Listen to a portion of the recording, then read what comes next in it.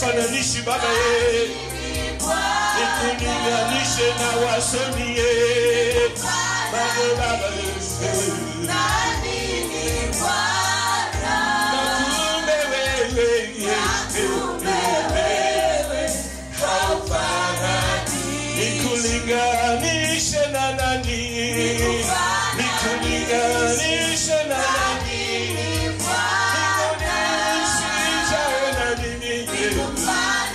Hallelujah, Baba. Nikufananishe na nani? Hallelujah. Nakumbe wewe haufananishi. Wanijua vyema Bwana, wanijua vyema Bwana, wanijua vyema Bwana, niko mbele zako, wanijua vyema Bwana. Hallelujah. Wanijua yeye, unanijua Baba wangu, wanijua vyema Bwana, wanijua vyema Bwana, wanijua vyema Bwana, niko mbele zako, wanijua yeye, wanijua Baba, hallelujah, wanijua yeye.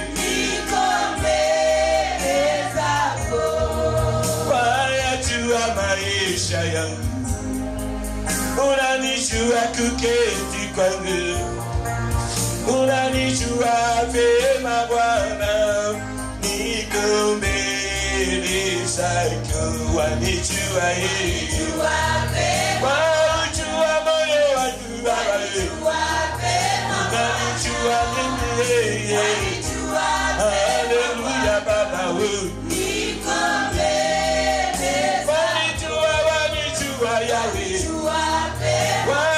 Wanijua Baba yetu, hallelujah, wanijua yetu, hallelujah, niko mbele zako, unayajua maisha yangu, unaijua na kazi yangu, unawajua watoto wangu mimi, niko mbele zako, wanijua Baba, hallelujah, wanijua yeye, wanijua Yesu wewe, oh Baba wangu,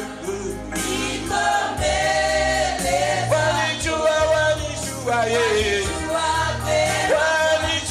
wanijua yeye, hallelujah, wanijua yeye, oh Baba yeye.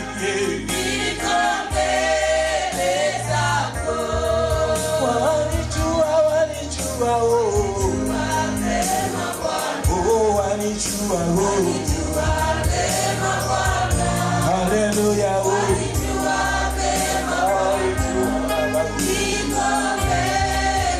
wanijua Mungu, wanijua Baba yangu,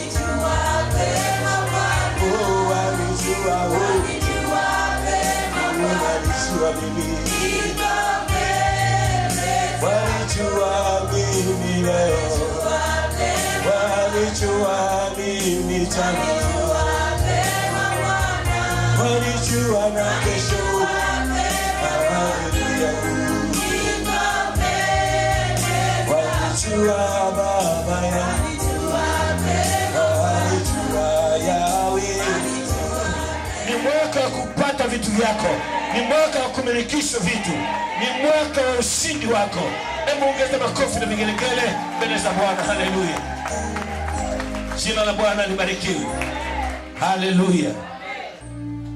Unaweza kuketi kwenye uwepo wa Bwana. Haleluya.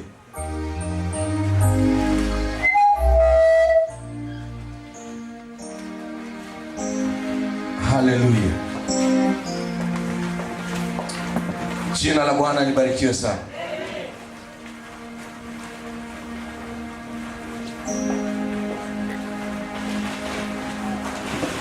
Jina la Bwana libarikiwe.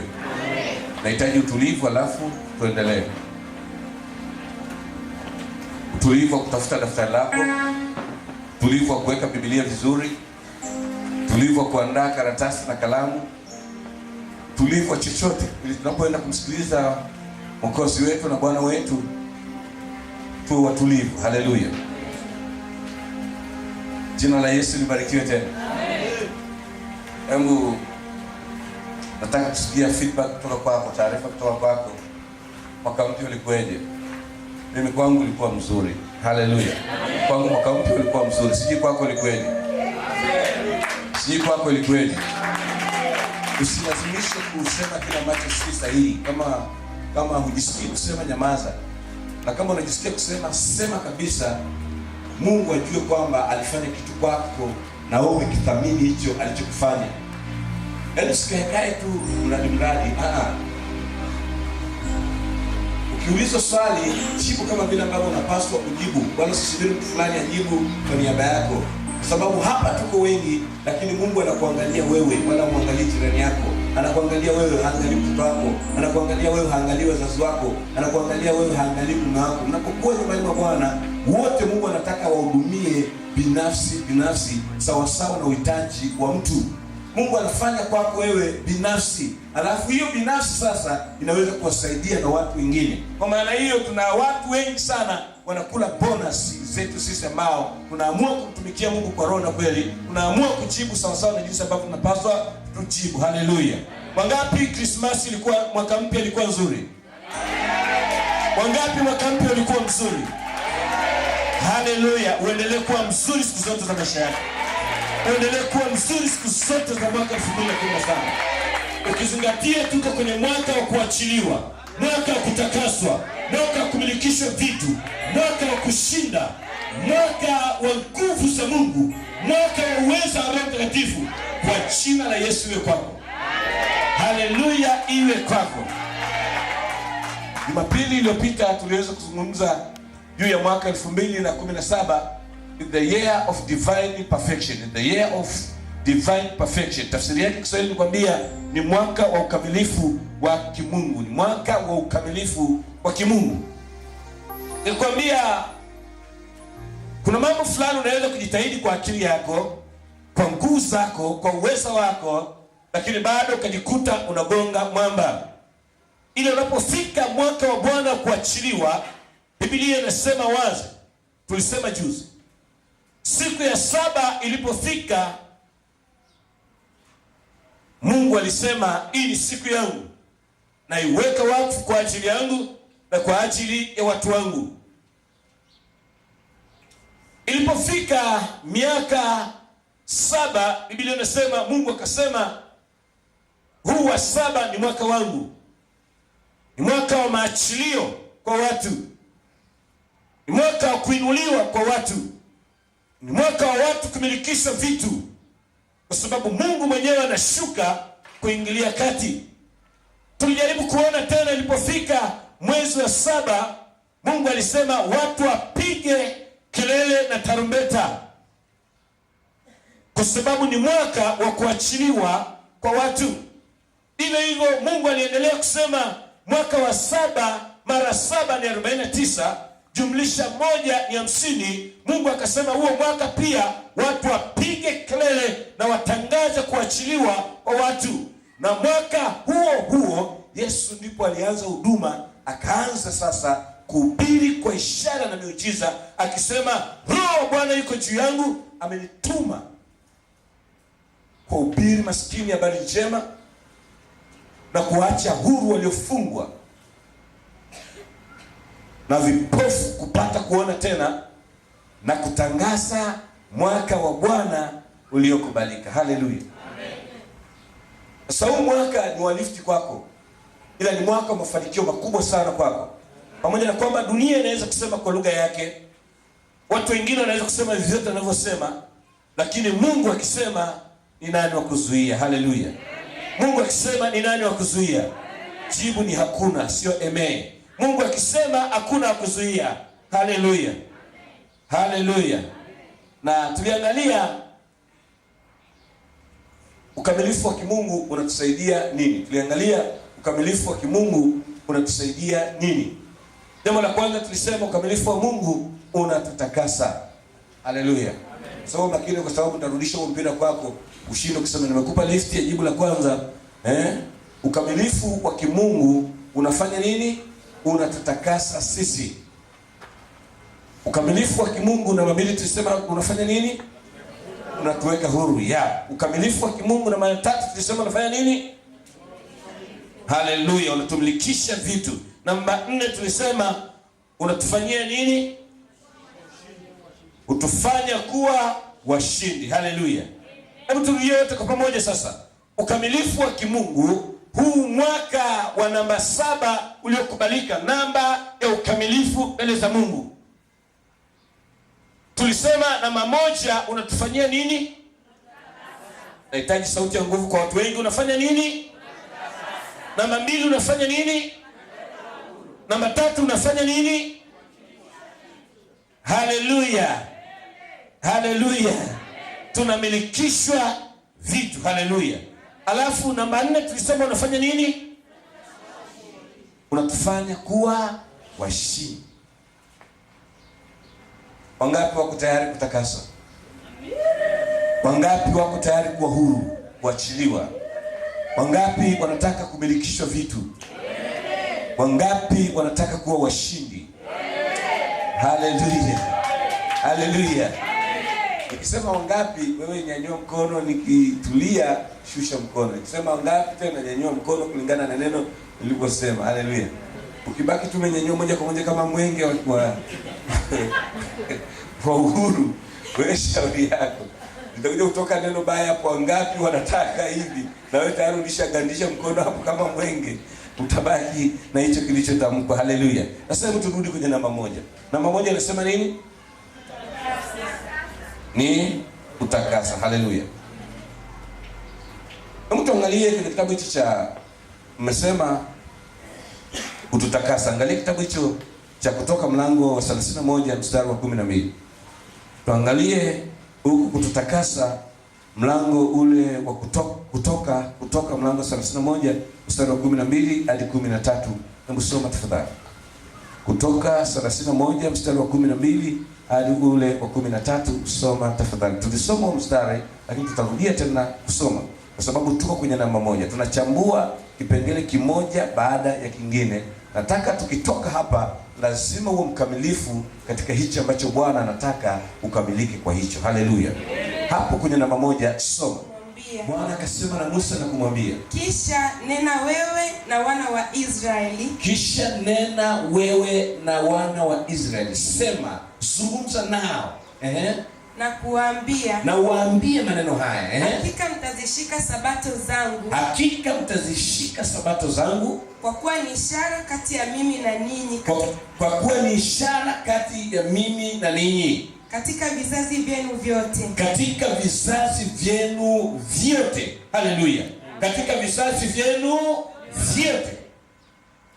Ile kama sisi ni miongoni mwa kizazi ambacho Mungu amekifanya, tunahusishwa katika baraka ya ukamilifu ya namba 7. Endelea. ili mpate kujua ya kuwa mimi ndimi Bwana niwatakasaye ninyi. Ili mpate kujua kwamba mimi ndiye Bwana, ndiye Mungu niwatakasaye ninyi. Ile kwa lugha hiyo tunaelewa kwamba ukamilifu wetu unatoka kwa Mungu. Tunatakaswa na Mungu. Tunafanya ukamilifu na Mungu kwa ajili ya faida ya Mungu. Niweke kitu fulani sawa hapa.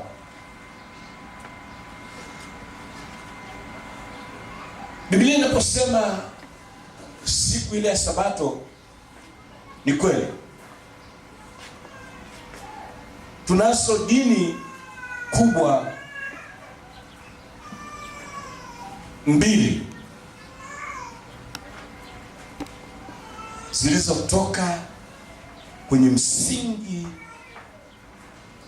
wa Mungu kupitia mtumishi wake Ibrahim. Tunazo dini mbili za Mungu zilizowekwa ama zilizojengwa kwenye msingi wa babu yetu nabii na mtumishi wa Mungu Ibrahim. Hivyo dini ya kwanza ilianzishwa na Ibrahim mwenyewe na ikarithishwa kwa watoto waliotoka kwenye tumbo na kiuno cha Ibrahimu na mkewe Sara. Tukaanza na Isaka mwanae wa kwanza. Wajukuu Yakobo na Esau. Huyo Esau alishindwa kushikilia msimamo wa dini ya baba yake, ya huyu Mungu wa kweli, Jehova yao. Hivyo kizazi chake kikapotea na hata leo hatukioni tena. Ila mwanae mdogo anaitwa Yakobo aliendelea katika kumwabudu Mungu, na Mungu aliendelea kujitokeza mara kwa mara kwake na kumbariki na kumlinda na kumpigania, na hata akaenda kwenye nchi ya Misri akiwa na familia yake watu 70. Na hatimaye taifa lile lilitoka likiwa watu wengi kuelekea nchi iliyojaa maziwa na asali, Kanaani, Israeli ya leo. Hivyo waliendelea kumwabudu Mungu kama Mungu alivyotaka waabudiwe. Walipofika kwenye nchi ya ahadi, vivyo hivyo wakaendelea kumwabudu Mungu. Lakini kumbuka, Mungu alimwahidi Ibrahimu akamwambia, mbali na hao uzao wako wa kimwili, nitakuletea uzao wa kiroho, na huu utaunganishwa pamoja na wewe kupitia imani watakayo iamini kwa mzao wa tumbo lako, na huyu si mwingine ni Yesu Kristo. Hivyo yeyote aliyoko duniani huku ambaye si Mwisraeli wa kuzaliwa, ila amemwamini Yesu Kristo kuwa Bwana na Mwokozi wa maisha yake, huyo amezaliwa kuwa mzao wa Ibrahim. Haleluya. Na kama amekuwa mzao wa Ibrahim, maana yake ni nini? Baraka zile zile za Ibrahim, ahadi zile zile za Ibrahim, Mungu yule yule wa Ibrahim ni Mungu wako leo. Sasa kunakuwa na tofauti kidogo. Wayahudi mpaka leo, kwa maana Waisraeli hawamwamini Yesu Kristo kuwa ni Masihi. Ndio sababu walimsulubisha msalabani, wakasema amekuja kupotosha dini yetu, amejifanya mwana wa Mungu, ili huyu hatufai. Inawezekana Masihi hajaja, tungoje Masihi mwingine. Ili wakamkataa Yesu, wakamshtaki, na mwisho yote akasulubiwa. Lakini Biblia inasema hivi, Mungu aliruhusu Yesu akataliwe na Waisraeli kwa sababu ya mimi na wewe. Kumbuka, Waisraeli walipokuwa na Mungu wao, walipokuwa na dini yao, hapakuruhusiwa mtu mwingine yeyote ambaye si Mwisraeli aingie hekaluni mwao, afanyike mzao halisi wa Kiisraeli. Hivyo wakapewa masharti. Hakuna Mwisraeli kuoa mataifa wa kabila lingine lolote, wala binti yao kuolewa na kabila lingine lolote. Kwa nini? Wanatunza utakatifu wao, wanatunza ahadi yao, wanatunza dini yao. Ili Yesu akaona mbinu ya kutuunganisha. Biblia inasema hivi, ikabidi wamkatae, alafu watu wengine sasa, mimi na wewe, iwe ndio mlango wa kuingia kwenye dini ya kweli, kwenye Ukristo huu. Sasa hapo ndipo tunaanza kuhubiriwa injili kutoka sehemu mbalimbali ya mtu aliyokataliwa na watu wa kwao. Ndio maana Biblia inasema hivi, nilikuja kwao hawakunipokea, hawakunikubali, ila watu wa mataifa wakanikubali, wakanipokea. Hivyo mimi na Yesu, wewe tukamwamini Yesu Kristo kuwa Bwana na Mwokozi wa maisha yetu, tayari tumeingizwa kwenye ile dini ambayo alianzisha Mungu moja kwa moja kutoka kwa mtumishi wake Ibrahim, lakini kupitia mwanaye Yesu Kristo. Na swali linakuja, kwa nini sisi tunaabudu basi siku ya saba kwetu inakuwa Jumapili, alafu kwa Wayahudi siku ya saba inakuwa Jumamosi? Kwa nini sisi tunaabudu siku ya saba Jumapili, alafu wao wanaabudu siku ya saba Jumamosi? Mungu tusaidie. Na watu wa dini fulani wanaiga leo mfano wa Sabato, wanaiga mfano tu. Wenyewe wanasema wanaabudu siku ya saba kwa sababu ndio siku ambayo Bwana aliweka kwa ajili ya kuitakasa ili watu wamwabudu Mungu.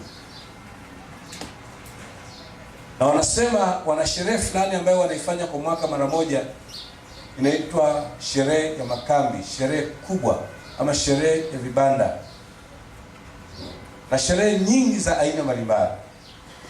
Kiukweli taifa la Israeli lilikuwa na sherehe ambazo ziliamuliwa na Mungu nyingi zaidi ya sherehe 10 kwa mwaka. Sherehe nyingine zilikuwa zinaitwa za Pentecoste, sherehe za Pasaka, sherehe za kuwekwa huru, kutakaswa, ambayo alikuwa akimtumia kuhani kuingia hekaluni mara moja kwa mwaka. Na miongoni mwa hizo sherehe pia kulikuwa na hiyo sherehe ya vibanda ama ya makambi. Kwa nini Waisraeli walisherehekea ile sherehe? Kwa sababu walipotoka Misri wakaja jangwani, lile tendo ambalo Mungu alilifanya la kuwatoa Misri kwa miujiza na la kuja jangwani, Biblia inasema hawakuruhusiwa kujenga nyumba kwa sababu walikuwa safarini. Hivyo walikuwa wanatengeneza mahema tu, wanakaa huko ndani. na baada ya muda wingu likihama, wanabomoa ile hema, wanaanza safari. Wanatengeneza vihema tu vidogo vidogo ama vibanda vidogo vidogo, wanakaa. Alafu hatimaye wakiona safari imeanza tena, wanaondoka mpaka wafike nchi iliyojaa maziwa na asali. Na walipofika kwenye ile nchi, Mungu akawaambia hivi, kwa mwaka mara moja mtakuwa mnafanya kwao Wayahudi. Kwa sababu gani? Walipita jangwani, wakajenga mahema, hivyo vibanda. Lakini mimi na wewe hatuchui yamkini hata Misri iko wapi, hatuchui hata ile jangwa iko wapi. Yesu alipokuja, anasema alifuta sherehe zote kwa kanisa, kwa Wakristo. Bwana asifiwe. Kumbuka, saa hiyo Wayahudi bado hawamwamini Yesu. Wanadhani atakuja, bado hajaja. Wanaamini alitabiriwa atakuja, lakini bado hajaja. Nimekuambia kilichosababisha Mungu afunge macho yao, Biblia inasema ni ili sisi tumwamini kwanza Yesu, alafu wao ndio waje wafunguliwe macho, ndio tuungane pamoja nao. Hii inamaanisha nini?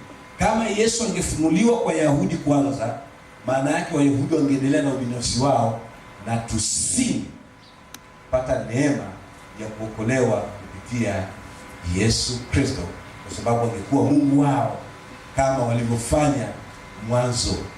Hawakuruhusu Jumamosi. Kwa nini? Biblia inasema hivi, Yesu anajibu, anasema hivi, yeye Yesu ndiye Bwana wa Sabato. Yeye Yesu ndiye Bwana wa Sabato, mzee wa siku hiyo ya Sabato. Sasa kwa nini tunaabudu sisi Jumapili na wala si Jumamosi? Ni kwa sababu Yesu alisulubiwa msalabani. Kumwabudu Yesu huyo aliyofufuka siku ya Jumapili. Haikuishia hivyo tu. Petro naye, mama yake Yesu naye, na wengine wote mitume wakaanza kuabudu siku hiyo, kwa sababu ndio siku ambayo amefufuka Bwana wao. Haleluya. Hivyo ukiabudu leo wewe Jumamosi, unakuwa unajichanganya, kwa sababu haujui wokovu wako umeupata wapi. Wokovu wa Israeli ulipatikana kwa kutahiriwa kwa agano la kumwagika kwa damu ya namna hiyo. Wokovu wao ulipatikana kwa kutakaswa na damu ya mbuzi, damu ya kondoo iliyomwagika kila mwaka. Hivyo wakawa wanaiabudu hiyo siku. Lakini leo Sabato yetu ni Jumapili, ambaye Bwana alifufuka kutoka kaburini. Huyu ambaye Mungu ametuunganisha na Mungu wetu wa kweli. Haleluya. Hii ndio maana leo Wayahudi hawatumii agano jipya, wanatumia agano la kale tu, kuanzia Mwanzo mpaka kitabu cha Malaki. Basi hii agano jipya, sijui Mathayo, Yohana, sijui nani wa Korinto, na hao hawaamini hiyo. Lakini Biblia inasema hivi, Yesu atakapokuja sasa mara ya pili, watakuja kumwamini, kwa sababu tayari utimilifu wa kuokolewa kwa ulimwengu mzima utakuwa umekwisha kufikia. Haleluya. Hapo ndipo macho yao yatakuja kufunguliwa, na watakuja kumwelewa, na watatembea katika kweli ya Mungu. Haleluya. Hivyo sisi hatuna haja na sherehe za nini? Za makambi. Hatuna haja na sherehe hizo za kutakaswa kila mwaka. Hatuna haja na habari ya Sabato ya dini ya Kiyahudi. Hivyo mpaka sasa, elewa, kuna dini zilizoanzishwa kwa Ibrahim kuu mbili. Ya kwanza kabisa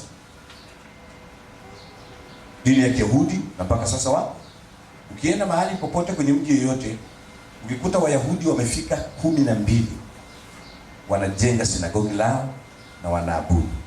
Sasa nikupe labda homework, fuatilia. Ukipata Wayahudi 12 hapa kwenye mji wetu wa Arusha, lazima watakuwa na sinagogi hapa. Wakiwa wako 12 Dar es Salaam, lazima watakuwa na sinagogi.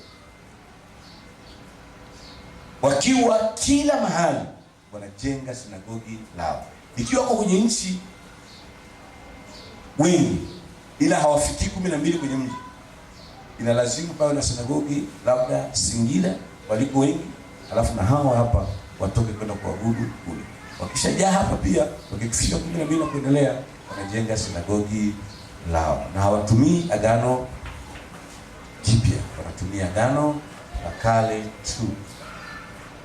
Na utasikia sasa hiyo hawataji jina la Yesu kwa sema tu Mungu wa Elia, Shadraka na Meshaki, Mungu wa babu yetu Ibrahimu, Mungu wa Isaka na Yakobo. Utasikia mahubiri ya huko, lakini ya Yesu huwezi kusikia.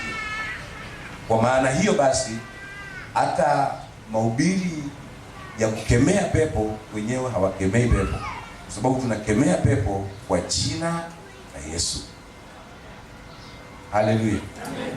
Hivyo kwa namna yoyote ile, ili uweze kupata miujiza ya kutumia Yesu, lazima ukubali kujiunga kwenye dini ya Ukristo. Japo kwa taarifa yako sasa, ukienda mbele sana ukutana na wasomi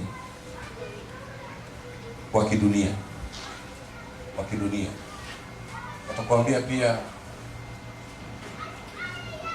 watakwambia kuwa hata dini ya Kiislamu imetokana na Ibrahim. Kidunia watakwambia imetokana pia na Ibrahim. Kwa nini? Wanasema Ishmaeli pia alikuwa mtoto wa Ibrahim. Tumeona dini ya Kiyahudi inaanzishwa na Ibrahim mwenyewe, inaanzishwa kwa watoto wake na wajukuu zake, leo wanaendelea. Dini ya Kikristo inaanzishwa tena na mjukuu wa Ibrahim anaitwa Yesu, na hii ndio inaendelea mpaka sasa hivi. Sasa nasema tena kama ndio hivyo basi, hata dini ya Kiislamu inaanzishwa na mjukuu wa Ibrahim, kwa huyu mama wa kambo anaitwa Ishmaeli. Lakini Biblia hasa ukisoma ndani, nilishafundisha, ilikuwa ni mashindano tu ya watoto wa mama mdogo na mama mkubwa. Mtu mwingine akaniambia siwezi hata kuita mama mdogo sababu hakuwa mke halali.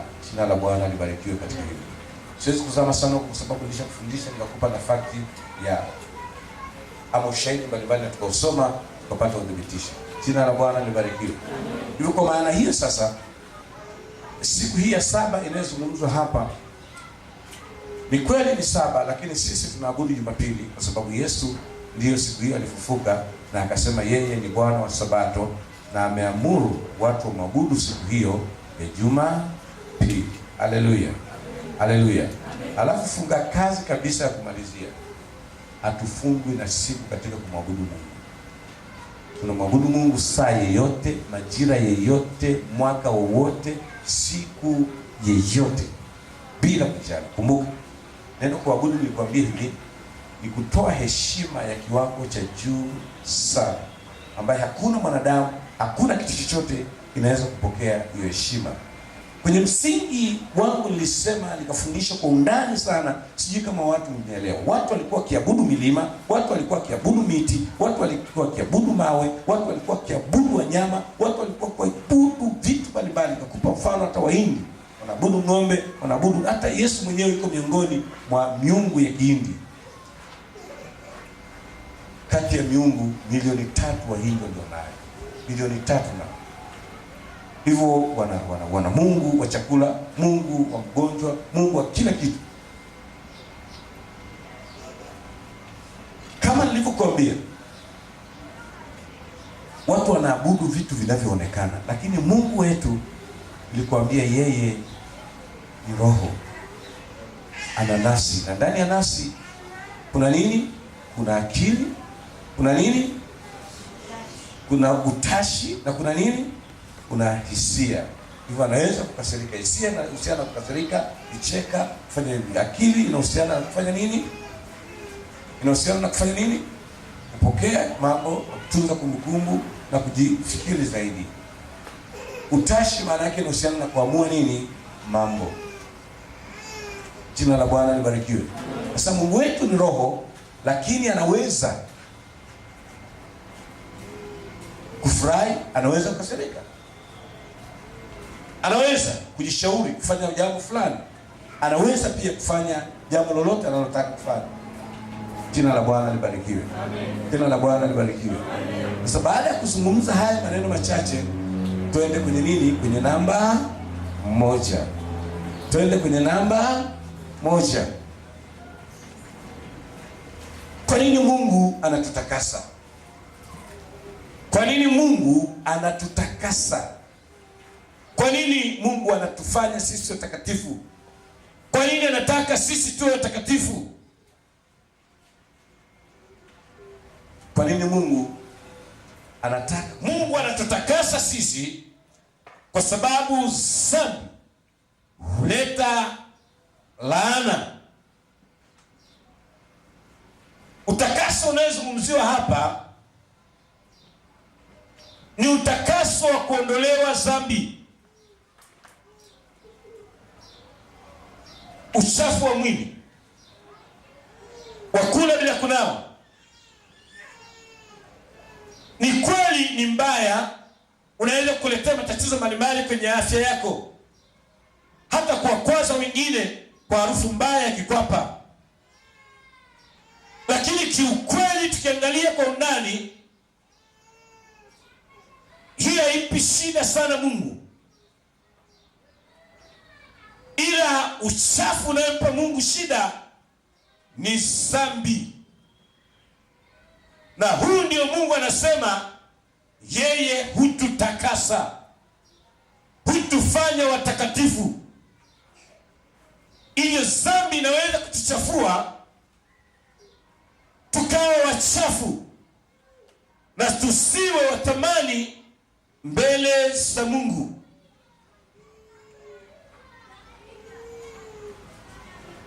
Mungu tusaidie. Mungu tusaidie. Kwa maana hiyo, namba 1 anasema hivi, ni mwaka wa kutakaswa na Bwana. Siku ya 7 Bwana anaingia mwenyewe kututakasa, kwa sababu dhambi huleta laana. Kwa nini Mungu hututakasa? Jibu hilo namba 1 ni kwa sababu dhambi huleta laana. Hivyo laana yoyote unayoona leo duniani ni matokeo ya dhambi, ama ni madhara ya dhambi. Unapofanya dhambi, dhambi inakuwa na hukumu yake, na hiyo hukumu ndio tunaita madhara ya kufanya dhambi. Na haya madhara ya kufanya dhambi ndio tunaita laana ya dhambi, kwa kadri ya hiyo dhambi ulivyofanya. Mungu tusaidie. Mungu tusaidie. Leo tunapokwenda mahakamani, anakushtakiwa baada ya kukosa kosa la wizi, la unyang'anyi, la kutukana, lolote lile, likisha thibitishwa na shahidi aliyekushtaki mahakamani kwamba ni kweli umefanya hili, unahukumiwa kutumikia kifungo ama faini kulingana na kosa ulilolifanya.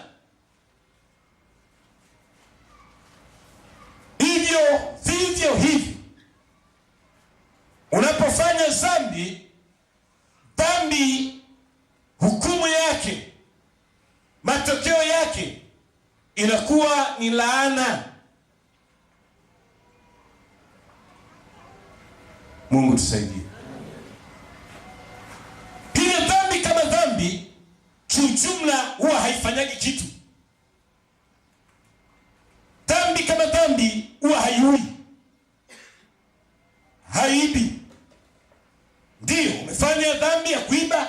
lakini yenyewe haiibi, yenyewe haiui, yenyewe haifanyi kitu chochote kibaya. Dhambi inaachilia hukumu, na hukumu yake ni laana, na hiyo laana ndio inaleta madhara kwa matokeo ya dhambi uliyoifanya. Haleluya! Nirudie tena, unapoiba, huo wizi haukufungi. Unapopiga mtu, huko kupiga ama kujeruhi hakukufungi. Hivyo unaweza ukaendelea kutembea, unaweza kuendelea kuzungumza, lakini kinachokufunga ni pale unapoenda mahakamani na unadhibitika